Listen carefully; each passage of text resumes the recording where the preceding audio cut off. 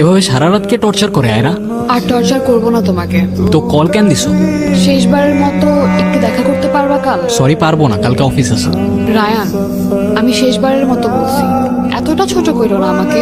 তো আমিও তো বলতেছি আমার কাজ আছে, বুঝতেছো না কেন? আমি ওয়েট করব। চুপচাপ বসে না থাকে বলো কি বলবা।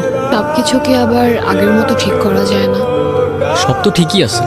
আমাকে তোমার এখন আর সুন্দর লাগে না, তাই না? কিন্তু মনে আছে একটা সময় ছিল যখন তুমি আমার পিছে পিছে ঘুরতে। আমি তো তোমাকে একবারও বলিনি আমার তোমাকে ভালো লাগে না। অজিতাকে আইডিটা কার, তুমি আমাকে নিজেই বলতে পারতা। বলার কি আছে, ও আমার ফ্রেন্ড। তুমি নিজেই বলতা তোমার আমাকে ভাল লাগে না, সুন্দর লাগে না, পারফেক্ট লাগে না, আমি চলে যাইতাম। কাজটা তুমি ঠিক করো না রায়ান। তোমার সাথে কেনই বা কথা বলতেছি আর?